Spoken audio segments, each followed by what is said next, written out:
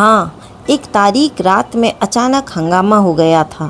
बाद में मुझे वो हैरतनाक दास्तां सुनने को मिली। प्रोफेसर हस्मत बे और गारसा लाश के ताबूत के पास मौजूद थे, लेकिन हम खौफजदा हो गए थे। दफ्तर उन्हें ताबूत के पास कुछ आहटें महसूस हुईं। तब उन्होंने यहाँ दो बूढ़े आदमियों को देखा जो नाबीना थे। उन्होंने ताबूत का ढक्कन खोला था। टॉर्चों की तेज रोशनी में उन्होंने बूढ़ों को देखकर ललकारा और बूढ़े अंधों की तरह एक दूसरे को टटोलने लगे। लेकिन फिर गारशा और हस्मत बे की घिघी बन गई, क्योंकि उन्होंने लाश को ताबूत में बैठे हुए देखा था। फिर वो सहारा लेकर ताबूत से बाहर निकल आई और दोनों बूढ़े मेरी तरह भाग उठे।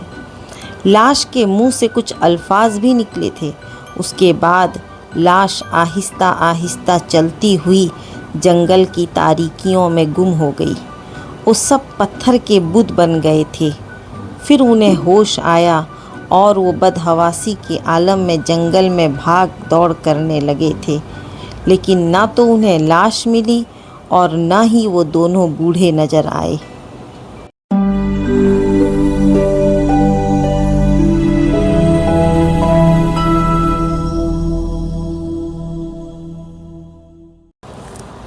अस्सलामुअलैकुम दोस्तों, मैं फिर हाज़िर हूँ आपके अपने चैनल मूड फ्रेशर में आपके साथ, जो है आवाज़ों का सफ़र और राज़ों की दुनिया। आज हम फिर सुनेंगे तिलिस्मी ज़ादी की एक नई एपिसोड के साथ। आपको स्टोरी कैसी लग रही है, अपनी राय ज़रूर दें। तो चलिए देर कर नहीं करके हम सुनते हैं तिलिस्मी ज़ादी की एक नई एपिसोड। सबकी नज़रें हेलिना पर जमी हुई थीं। वो इस कहानी को जानना चाहते थे। हेलिना चंद लम्हात कुछ सोचती रही। फिर उसने कहा, लाश एक ताबूत में थी और एडमंड दिन रात उसके साथ रहता था। उसका मददगार प्रोफेसर हस्मत बेहे ये तुर्की का बाशिंदा है। उसका मददगार कोई प्रोफेसर हस्मत बेहे ये तुर्की का बाशिंदा, जो कदीम ज़ुबानों पर उबूर रखता है और ख़ास तौर से मिस्रियात का माहिर है।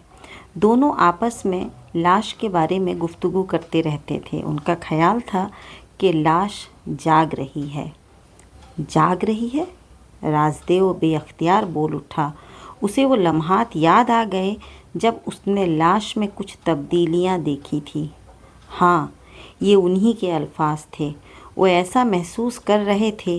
बहरहाल ये बात उन्होंने आम नहीं की थी, इसलिए कि दूसरे खौफज़दा ना हो जाएं। मैंने इत्तेफाक से उनकी बातें सुन ली थीं और सिर्फ माइकर को उनके बारे में बताया था। माइकर कौन है? एक खुदगर्ज इंसान जिसने मुझे ख्वाब दिखाए थे और मैं सिर्फ उसी की वजह से यहाँ आ गई थी। वो एडमंड गारसा का रिश्तेदार भी है। बेहतरीन निशानाबाज होने की वजह से गारसा ने उसे अपने साथ ले लिया था। वही लाश का निगरां था। बात लाश की हो रही थी। हाँ, कर्नल फिरोज़ ने याद दिलाया। हाँ, एक तारीख रात में अचानक हंगामा हो गया था। बाद में मुझे वो हैरतनाक दास्तां सुनने को मिली। प्रोफेसर हस्मत बे और गारसा लाश के ताबूत के पास मौजूद थे, लेकिन हम खौफजदा हो गए थे। दफ्तर उन्हीं ताबूत के पास बैठे उन्हें ताबूत के पास कुछ आहटें महसूस हुईं। तब उन्होंने यहाँ दो बूढ़े आदमियों को देखा जो नाबीना थे। उन्होंने ताबूत का ढक्कन खोला था। टॉर्चों की तेज रोशनी में उन्होंने बूढ़ों को देखकर ललकारा और बूढ़े अंधों की तरह एक दूसरे को टटोलने लगे। लेकिन फिर गारशा और हस्मत बे की घिघी बन गई, क्योंकि उन्होंने लाश को ताबूत में बैठे हुए देखा था। फिर वो सहारा लेकर ताबूत से बाहर निकल आई और दोनों बूढ़े मेरी तरह भाग उठे। लाश के मुंह से कुछ अल्फाज भी निकले थे। उसके बाद लाश आहिस्ता आहिस्ता चलती हुई जंगल की तारीकियों में गुम हो गई। वो सब पत्थर के बुत बन गए थे। फिर उन्हें होश आया तो वो बदहवासी के आलम में जंगल में भाग दौड़ करने लगे, लेकिन न तो उन्हें लाश मिली और न ही वो दोनों बूढ़े नज़र आए। बूढ़ों के बारे में उन्होंने अंदाज़ा लगा लिया था कि वो कौन थे? राव सिकंदर ने कहा, क्या वो नाबीना बूढ़े एडमंड के साथी नहीं थे? कतई नहीं। बाद में एडमंड ने ख्याल जाहिर किया था कि वो आपकी पार्टी के लोग हो सकते हैं, हेलिना ने बताया। लाश के गले में एक सुनहरी सांप था और एक चमड़े की दस्तावेज। वो एडमंड के कब्ज़े में है? नहीं, वो लाश के साथ चली गई। वो तब फिर एडमंड रास्तों का इंतखाब कैसे कर रहा है? दस्तावेजात की मदद से प्रोफेसर हसमत बे और एडमंड गार्सा ने एक अलग नक्शा तैयार कर लिया है। वही उनका मुआउन है। दस्तावेज की मदद से प्रोफेसर हसमत बे और एडमंड ने एक अलग नक्शा तैयार कर लिया है। वही उनका हेल्प कर रहा है। तुम्हारा क्या ख्याल है हेलिना? इस हमले के बाद उन पर क्या रद्द अमल होगा? मैं क्या कह सकती हूँ? बस एक बात बता सकती हूँ कि इस गिरोह में हर शख्स खुदगर्ज है। वो सब सिर्फ अपने बारे में सोच रहे हैं, कोई किसी के साथ मुखलिस नहीं है। लुइस अपने ग्रोह के साथ खजाने के चक्कर में आ गया था, लेकिन वो जंगल की ज़िंदगी से नावाकिफ़ है और पे दर पे पेश आने वाले वाक़यात से घबरा गया है। वो वापस जाना चाहता है, लेकिन एडमंड मजबूर कर रहा है। यहाँ तक कि ग्रोह 2 हिस्सों में तकसीम हो गया और एडमंड के ने तमाम हथियार अपने कब्ज़े में कर लिए ताकि लुइस कोई कार्रवाई न कर सके। लुइस भी खार खाए हुए है और किसी भी वक्त कुछ हो सकता है। मुमकिन है खून रेजी वाला मामला। हेलिना खामोश हो गई। उसने अपनी मामूलात के मुताबिक उन्हें सब कुछ बता दिया था और उन्हें कम से कम तमाम सूरत हाल मालूम हो गई थी। कर्नल ने किसी ख्याल के तहत एक और सवाल किया, हेलिना, तुम्हारा कहना है कि उनकी तादाद 27 के करीब है? हाँ, लेकिन जहाँ तक हमारी मालूमात का ताल्लुक़ है, उनके पास 2 जीपें हैं। हाँ, जीपों का शहर उनके लिए मुसीबत बन गया है। अव्वल तो ये कि दोनों जीपें पुराने मॉडल की हैं और उनमें अक्सर खराबियां होती रहती हैं। वो तो लुइस के साथियों में 2 अच्छे मैकेनिक भी हैं जो काम चला रहे हैं। दोम ये कि पुरानी होने की वजह से वो जीपें ज़बरदस्त पेट्रोल खर्च कर रही हैं और पेट्रोल का इतना ज़ख़ीरा उनके पास नहीं है। उन्होंने जीपों में ट्रॉलियाँ लगवा ली हैं जिनमें खाने पीने का सामान और पेट्रोल भरा होता है। पेट्रोल का 1 टन लीक कर गया, जिसकी वजह से साथ रखा हुआ खाने पीने का बहुत सा सामान ख़राब हो गया। और फिर 2 जीपों पर जब 13-13 और 14-14 अफराद लदे जाएंगे तो उनकी रफ्तार भी बेहतर नहीं होती और उनमें खराबियां ज़्यादा पैदा होती जा रही हैं। एडमंड इस बात पर सख्त अफसरदा है कि उसने घोड़ों के बजाय जीपों का इस्तेमाल क्यों किया। बहरतौर सख्त परेशानी का शिकार हैं वो लोग। जहां खुले और सपाट मैदान नज़र आते हैं, वहाँ जीपों के इंजन बंद कर दिए जाते हैं और फिर वो लोग उन्हें धकेल कर आगे बढ़ाते हैं ताकि नाहमवार रास्तों पर या ऐसी जगह जहाँ से अपनी बर्क रफ्तारी से निकल जाना हो, जीपें कारआमद साबित हो सकें। आप लोग यकीन कीजिए, एडमंड ने अभी बहुत बड़ा फासला नहीं तय किया है, लेकिन अब तक के सफ़र ही ने उसे निढाल कर दिया है।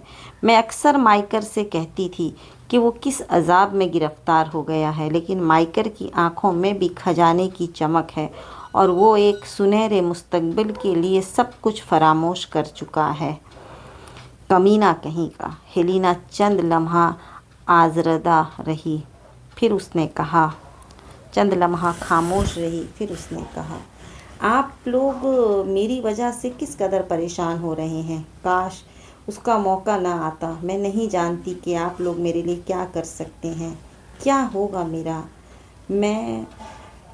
देखो हेलिना, हम लोग खुद भी उससे ज़्यादा तुम्हारे लिए कुछ नहीं कर सकते कि जिस तरह हमारे साथ दूसरे लोग मौजूद हैं, उसी तरह तुम भी सफ़र जारी रखो।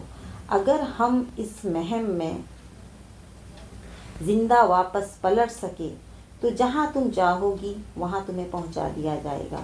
تمہاری حالت تو اب کافی بہتر ہے، یقیناً تم بالکل ٹھیک بھی ہو جاؤ گی۔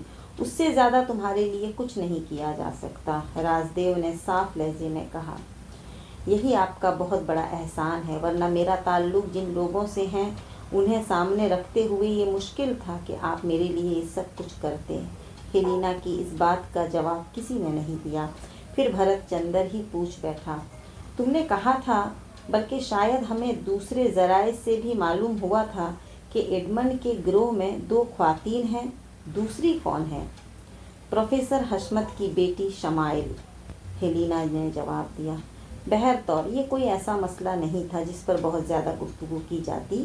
یہاں کئی دن کا قیام ہو چکا تھا اور اب تقریباً تمام ہی لوگ خوب اچھی طرح سستا چکے تھے۔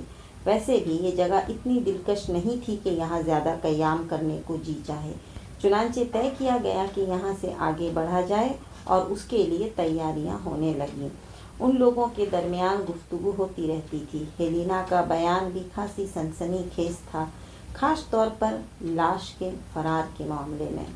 رازدیو نے سب کو بتایا کہ خود اس نے لاش میں ایسی تبدیلیاں دیکھی تھیں جن کے تحت اسے احساس ہوتا تھا کہ اس کے بدن میں ہلچل ہوتی ہے، حالانکہ اتنے عرصے سے وہ لاش اس کے نوارد خانے میں محفوظ تھی اور اس میں کوئی تبدیلی رونما نہ ہوئی تھی۔ اس بات کو قندیل کی کیفیت سے بھی مماثلت دی جا رہی تھی، گویا دونوں جگہ تبدیلیاں ہوئی تھیں اور ان تبدیلیوں کی یقینی طور پر کوئی خاص وجہ تھی۔ اس پراسرار بوڑھے کا تذکرہ بھی درمیان میں آ گیا تھا، جس کا ایک ساتھی قندیل کے ہاتھوں مارا گیا تھا، گویا انہوں نے وہ لاش بھی حاصل کرنے کی کوشش کی تھی۔ نہ جانے وہ بوڑھے کیا حیثیت رکھتے تھے۔ ہیلینا کی باتوں میں سچائی پائی جاتی تھی، چنانچہ یہ نہیں سوچا جا سکتا تھا کہ اس نے اس سلسلے میں کسی غلط بیانی کا کام لیا ہے۔ بہرحال تیاریاں ہوئیں اور اس کے بعد آگے کا سفر شروع کر دیا گیا، خاموش اور پرسکون سفر جس میں کوئی ہنگامہ خیزی نہیں تھی، لیکن شکاریوں کی نگاہیں اطراف میں بھٹک رہی تھیں۔ جگہ جگہ ان جیپوں کے نشانات بھی تلاش کیے جا رہے تھے، سردھانیے بھی ذہن میں تھے، مطلب سمندری ڈاکو۔ غرض اپنے طور پر مستعد رہنے کے لیے جو بھی کچھ کیا جا سکتا تھا وہ کیا جا رہا تھا۔ کافی فاصلہ طے کرنے کے بعد ایک بار پھر جنگلوں کا سلسلہ شروع ہو گیا۔ صوبارہ کے ان جنگلات کا یہ حصہ کسی بھی طرح شناسا نہیں محسوس ہوتا تھا اور اس سلسلے میں اکثر ان لوگوں کی سیراتو سے بات چیت ہوتی رہتی تھی۔ سیراتو بیچارے کے سپرد بھی کوئی ایسی ذمہ داری نہیں تھی کہ وہ جنگل میں انہیں صحیح راستہ دکھائے گا، بس وہ بھی تکے پر ہی چل رہا تھا، اور اب وہ بھی دعوے سے یہ بات نہیں کہہ پا رہا تھا کہ یہ راستہ اسی ندی کی سمت جاتا ہے جس میں لاش ملی تھی۔ یہ بات زیر بحث آئی تھی کہ ہو سکتا ہے وہ ندی کسی عارضی نالے کی حیثیت رکھتی ہو، کیونکہ بہرطور زبردست بارش کے بعد ہی وہ نظر آئی تھی اور اب اس لیے انہیں دوبارہ نہ مل پائی ہو کہ ان دنوں بارشیں نہیں ہو رہی تھیں۔ لیکن بارش کا تذکرہ ہی ان کے لیے خطرناک ثابت ہوا۔ جنگل بہت زیادہ گھنے نہیں تھے، لیکن بہرطور انہیں خطرناک جنگلات کہا جا سکتا تھا، اور جگہ جگہ جنگلی جانوروں کے نشانات مل رہے تھے، شیر، چیتے وغیرہ۔ ابھی تک ہاتھی نظر نہیں آیا تھا، ریچھ بھی مل چکا تھا، دوسرے چھوٹے جانور بھی موجود تھے، چیتوں کے چیتیلوں کے گول بھی نظر آ رہے تھے۔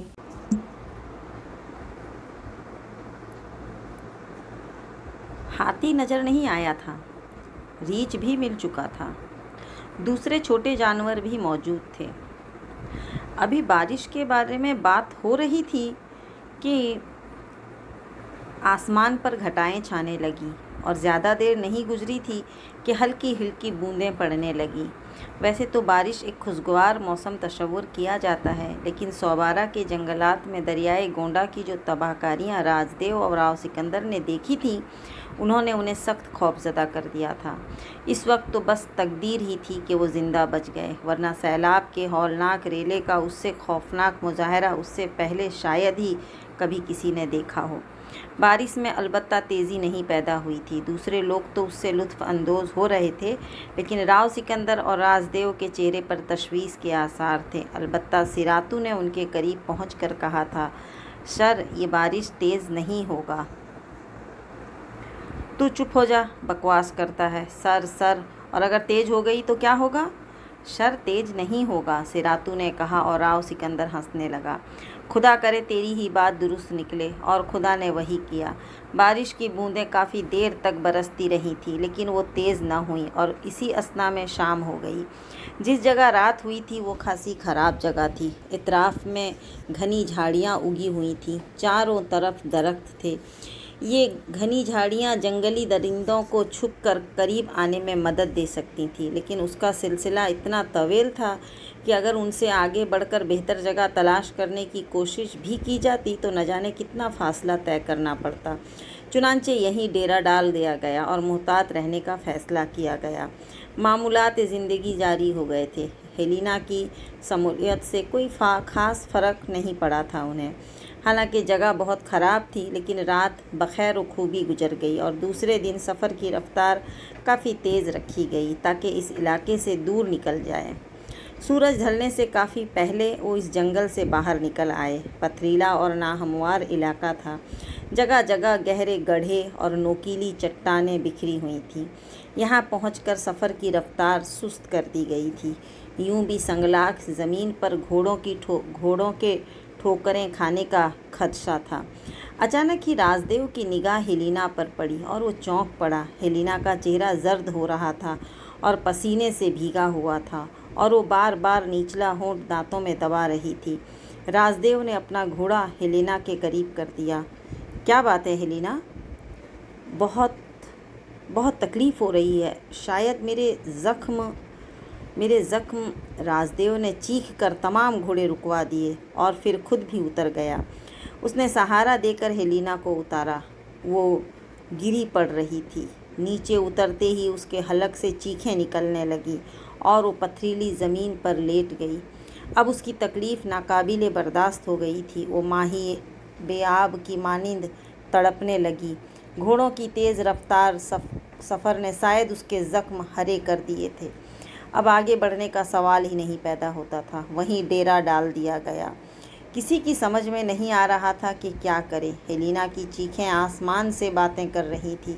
بمشکل تمام اس کی بینڈیج تبدیل کی گئی، نیا مرہم لگایا گیا، لیکن اندرونی معاملہ تھا، اس لیے کوئی افاقہ نہ ہوا۔ وہ سب اس کے لیے افسردہ ہو گئے تھے۔ کسی کی سمجھ میں نہیں آ رہا تھا کہ کیا کریں۔ ہیلینا اب بری طرح نڈھال ہو گئی تھی۔ چند گھنٹوں کے اندر اس کا رنگ جھلس گیا تھا۔ اسی پریشانی میں رات ہو گئی۔ کھانے پینے کے لیے بھی کچھ نہ کیا جا سکا۔ کسی کا دل ہی نہیں چاہ رہا تھا۔ ہیلینا اب بے ہوش ہو گئی تھی۔ اس کا چہرہ کرب و اجیت کی تصویر بنا ہوا تھا۔ ماحول بے حد بھیانک تھا۔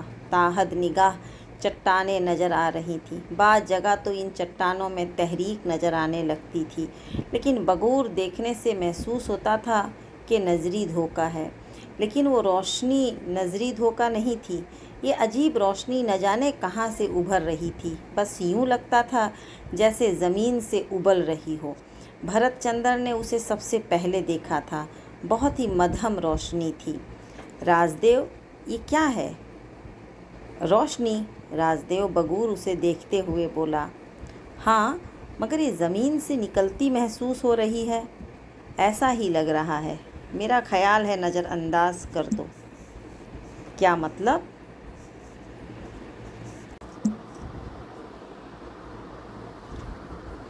تمام معاملات جاننے کے لیے نہیں ہوتے، اور پھر یہ جنگل ہے، بھرت چندر نے کسی قدر کپاتے لہجے میں کہا، اور راجدیو ہنس پڑا۔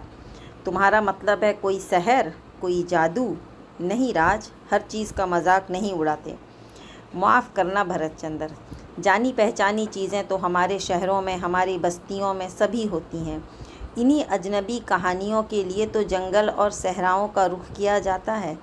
आओ भरत चंद्र, देखें इस रोशनी का राज क्या है। भरत चंद्र ने गहरी गहरी चंद सांसें लीं और मुस्कुराता हुआ बोला, ये तो उल्टी आतें गले पड़ गईं। बहरहाल चलो। दोनों घोड़े पर सवार हुए और सुस्त रवि से रोशनी को देखते हुए आगे बढ़ने लगे। बाकी लोग मुसलसल हेलिना में उलझे हुए थे।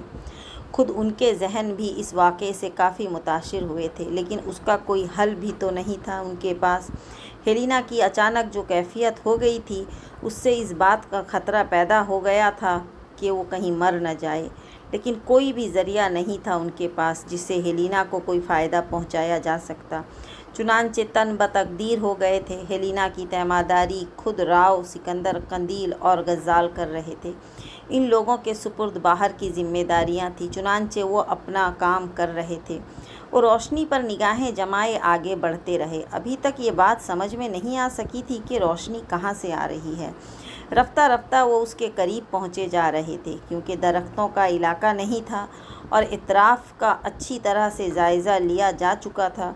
चुनांचे दरिंदों वगैरह का कोई ख़तरा नहीं था। थोड़ी देर के बाद बिलाखिर वो इस जगह पर पहुंच गए जो रोशनी का मरकज़ थी, और फिर राजदेव के हलक से हंसी निकल गई, क्योंकि रोशनी का राज उनके सामने आ गया था।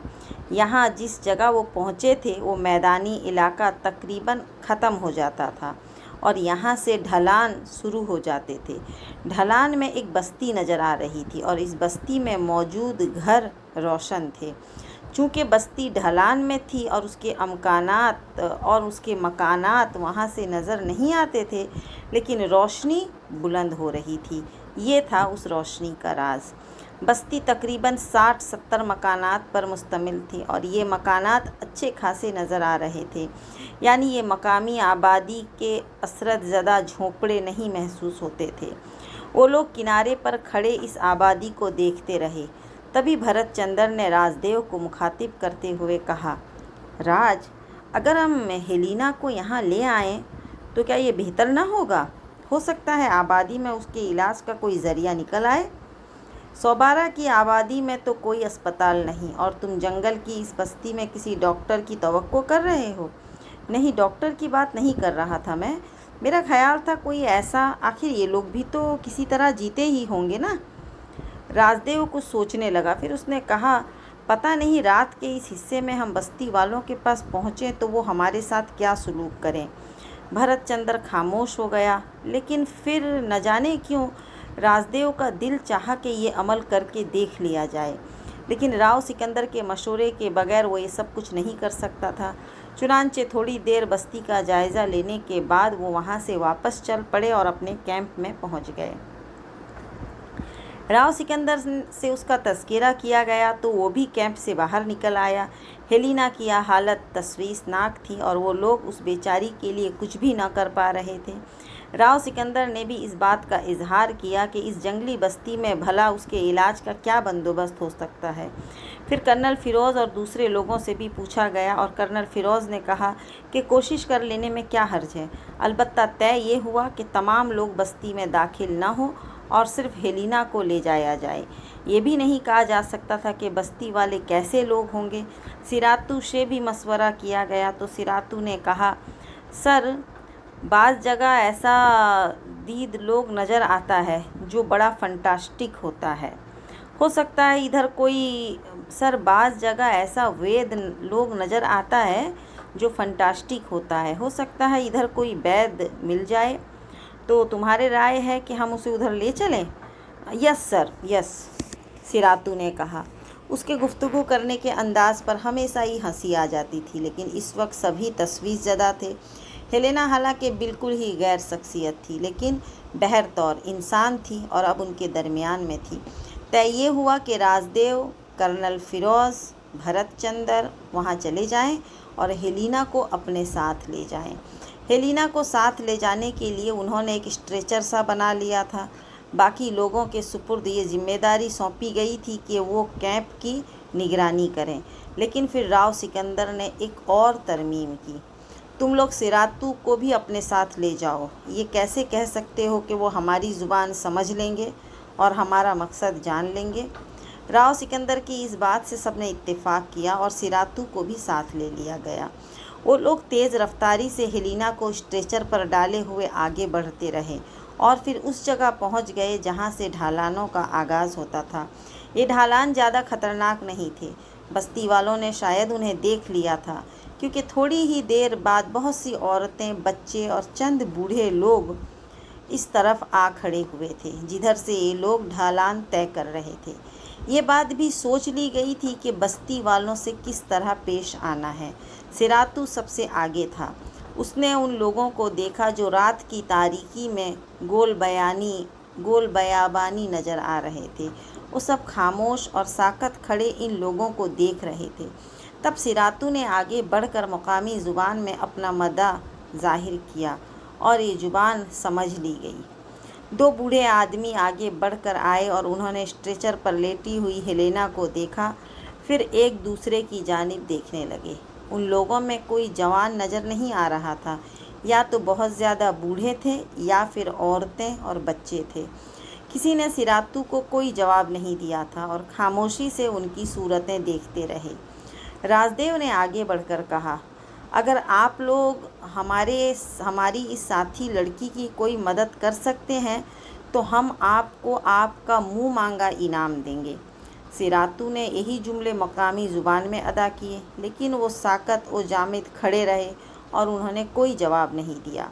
تبھی عقب سے کچھ ہلچل سی پیدا ہوئی اور ایک بوڑھی عورت آگے بڑھ آئی جس کے بال بکھرے ہوئے اور لمبے لمبے تھے، بدن پر پورا لباس تھا، چہرہ بہت زیادہ مدقوق اور جھریوں سے بھرا ہوا تھا، آنکھیں چھوٹی چھوٹی لیکن انتہائی تیز تھیں، عجیب سی شکل لگ رہی تھی اس کی۔ دوسرے لوگوں کو ہٹاتی ہوئی وہ آگے بڑھی اور ہیلینا کے اسٹریچر کے قریب پہنچ گئی۔ اس نے جھک کر ہیلینا کا چہرہ دیکھا اور چند لمحات اسی طرح جھکی رہی اور پھر اس کے بعد ان لوگوں کو اپنے ساتھ آنے کا اشارہ کیا۔ باقی لوگوں نے فوراً ہی بوڑھی عورت کو راستہ دے دیا اور بوڑھی عورت انہیں لیے ہوئے بستی میں داخل ہو گئی۔ بستی ہی کے درمیانی حصے میں ایک ویسا ہی مکان بنا ہوا تھا جیسے دوسرے مکانات نظر آ رہے تھے۔ بوڑھی عورت نے مکان کا دروازہ کھولا اور ان لوگوں کو اندر آنے کا اشارہ کر دیا۔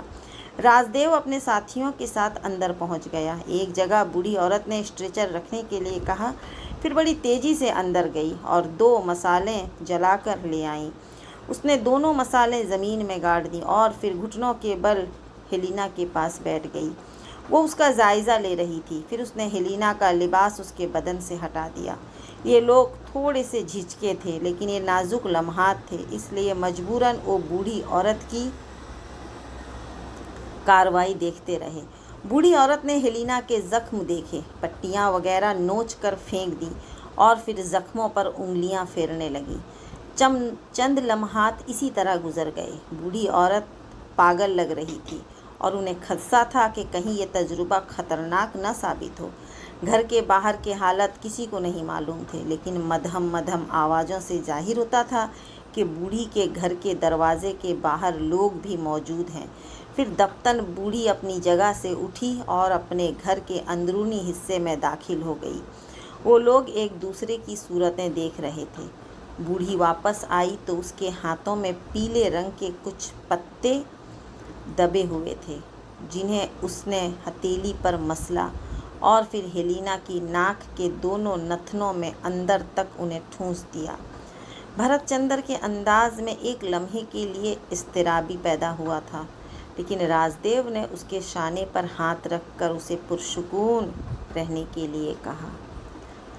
بوڑھی چند لمحات اسی طرح ہیلینا کا چہرہ دیکھتی رہی اور اس کے بعد اس نے پھر اس کے زخموں پر انگلیاں پھیرنا شروع کر دیں۔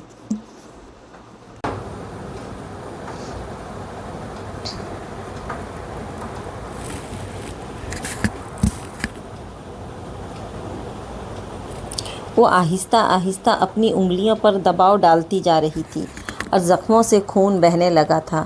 بھرت چندر گھبرا کر کئی قدم پیچھے ہٹ گیا اور رازدیو کے عقب میں آیا۔ وہ یہ کارروائی نہیں دیکھ پا رہا تھا۔ बूढ़ी औरत के हाथों की उंगलियों का दबाव आहिस्ता आहिस्ता इन जख्मों पर बढ़ता ही जा रहा था और फिर दफ्तन राजदेव के हलक से एक आवाज़ निकल गई। बूढ़ी औरत ने अपनी उंगलियां जख्मों में उतार दी थीं और ताकत लगाकर कुछ कर रही थी। एक लम्हे के लिए राजदेव के अंदाज में भी इज़्तिराब पैदा हुआ, क्योंकि ज़ख्मों से भल भल करके खून बहने लगा था, लेकिन बूढ़ी मुसलसल अपने हाथों को हलचल कर रही थी। राजदेव ने बमुश्किल तमाम अपने आप को संभाले रखा और बूढ़ी औरत की ये कार्रवाई देखता रहा। चंद मिनट इसी तरह गुजर गए। बूढ़ी ने हेलेना को उधेड़ कर रख दिया था, लेकिन उसका नतीजा जो ज़ाहिर हुआ वो इतना हैरतनाक था कि राजदेव की आंखें हैरत से फैल गईं। बूढ़ी ने चंद ही लम्हात के बाद खून में डूबी हुई कोई चीज़ बाहर निकाल ली थी। ये राइफ़ल की गोली थी। उसने गोली निकाल कर एक सिमत रख दी और फिर दूसरे ज़ख्म में उसी अंदाज में उंगलियां डालने लगी। ये तरीक़ाए इलाज नाकाबिले यकीन था, लेकिन राजदेव को ये अंदाज़ा हो गया कि वाकई कुछ हो रहा है। थोड़ी ही देर के बाद ज़ख्म से दूसरी गोली भी निकाल ली गई थी। हेलेना के बदन में जरा भी हलचल नहीं हुई थी। इसका मतलब था कि नाक में जो पत्ते ठूंसे गए हैं वो बेहोश कर देने वाले थे और हेलेना दुनिया व माफिया से बिल्कुल बेखबर थी। लेकिन हाथों से इस तरह गोलियां निकाल लेना दुनिया का हैरत अंगेज़ तरीन कारनामा था। बूढ़ी उसके ज़ख्मों को देखती रही। फिर उसने आहिस्ता से इन ज़ख्मों को हथेली से साफ़ कर दिया। खून अब भी बह रहा था और हेलेना की हालत ख़राब से ख़राब तर होती जा रही थी।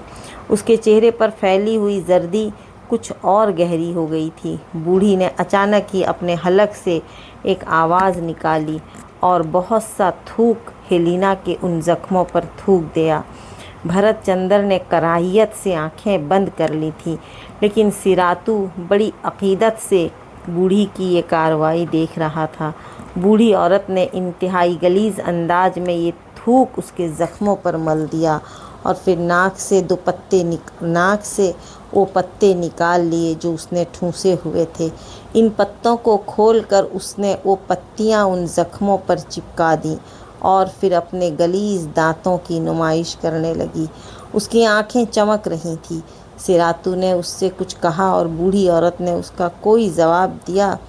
तब सिरातू ने कहा, ये कहती है कि अब हम चाहें तो इन ज़ख्मों पर पट्टियाँ लपेट सकते हैं। राजदेव और भरतचंद्र ने कांपते हाथों से हेलेना के ज़ख्मों पर पट्टियाँ कस दी थीं, लेकिन जो कुछ उनके सामने आया था वो इतना हैरत अंगेज़ था कि वो कुछ बोल नहीं पा रहे थे। बूढ़ी ने सिरातू से मध्यम लहजे में कुछ कहा और सिरातू ने कहा, शर ये कहती है कि अगर हम चाहें तो मरीज़ को यहाँ रख सकते हैं। क्या ख्याल है भरतचंद्र जी? मुझसे बात न करो राजदेव, मेरी हालत बहुत ख़राब हो रही है। ओह खुद को संभालो भरत, कुछ भी नहीं है। लेकिन तुमने अपनी आँखों से राइफ़ल की गोलियाँ देखी है। वैसे ये बस्ती अजीब ज़रूर है, लेकिन लोग बेज़र मालूम होते हैं। मेरा ख़याल है बाकी लोगों को भी यहीं बुला लिया जाए। उस काम के लिए भरतचंद्र ही को जाना पड़ा था और वो खुशी से वहाँ से चल पड़ा था। राव सिकंदर को उसने ये कहानी सुनाई और राज की ख्वाहिश पर उन्होंने वहाँ से कैंप हटा लिया। फिर वो इन गहराइयों में आ गए। हेलेना को बूढ़ी के पास ही छोड़ दिया गया था और बाकी रात जागते हुए ही गुजरी थी। वो इस अनोखी बस्ती के बारे में बातें कर रहे थे और दूसरी सुबह उन्होंने इस बस्ती को बगौर देखा। बस्ती में सिर्फ बूढ़े मर्द नज़र आ रहे थे या फिर बूढ़ी और जवान औरतें थीं और बच्चे थे। कोई भी जवान आदमी यहाँ नज़र नहीं आया था। ये बात बासे हैरत थी।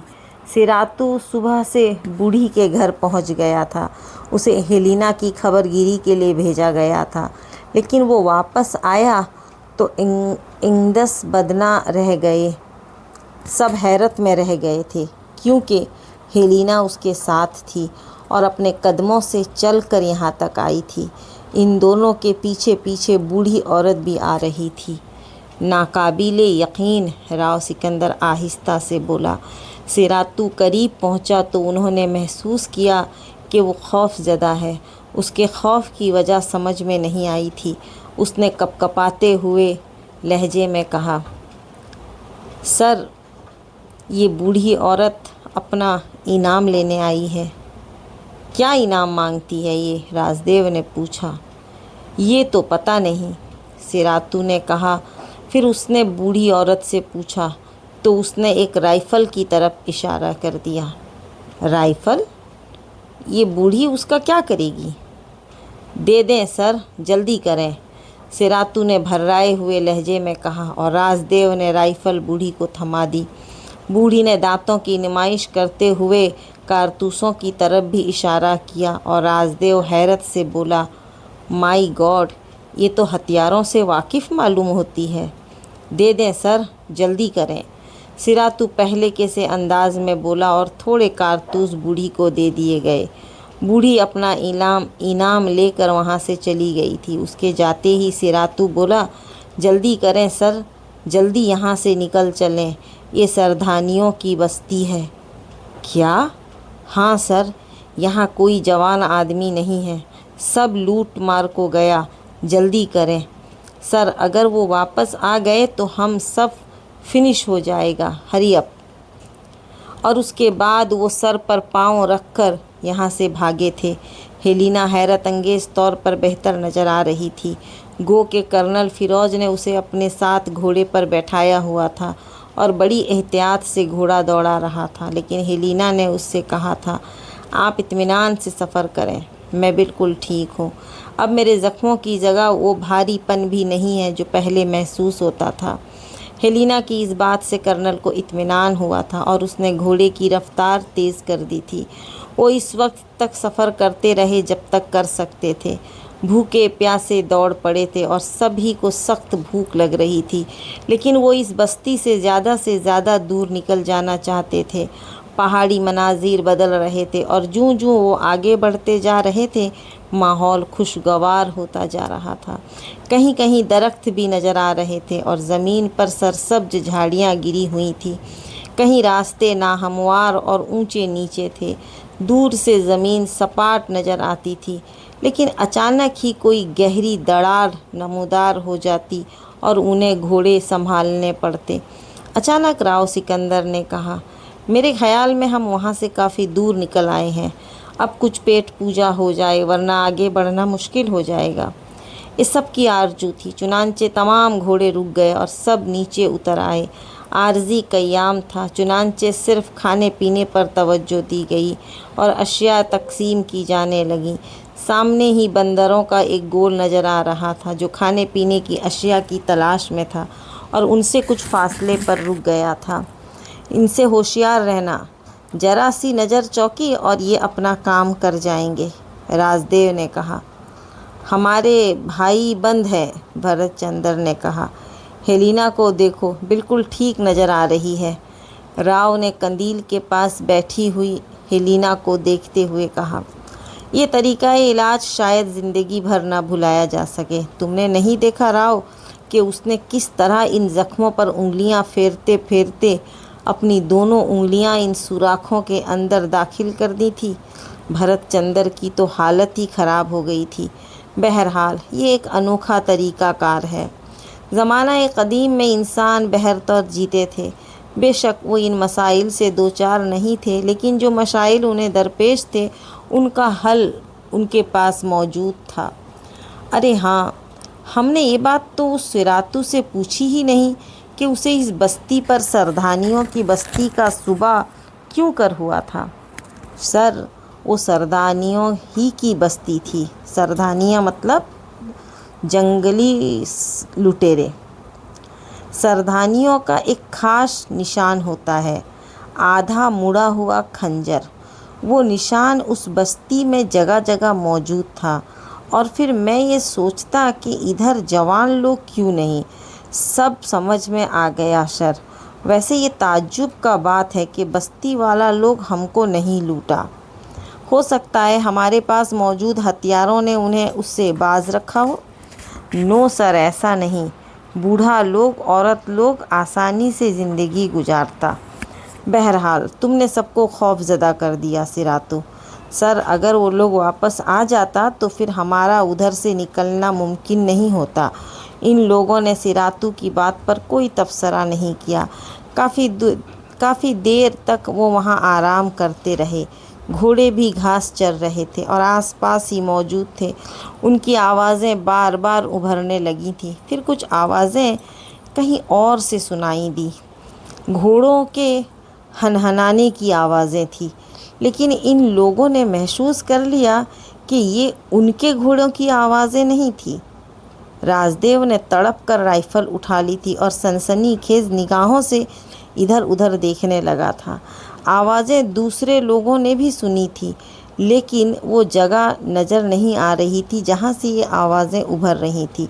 चंद ही लम्हात के बाद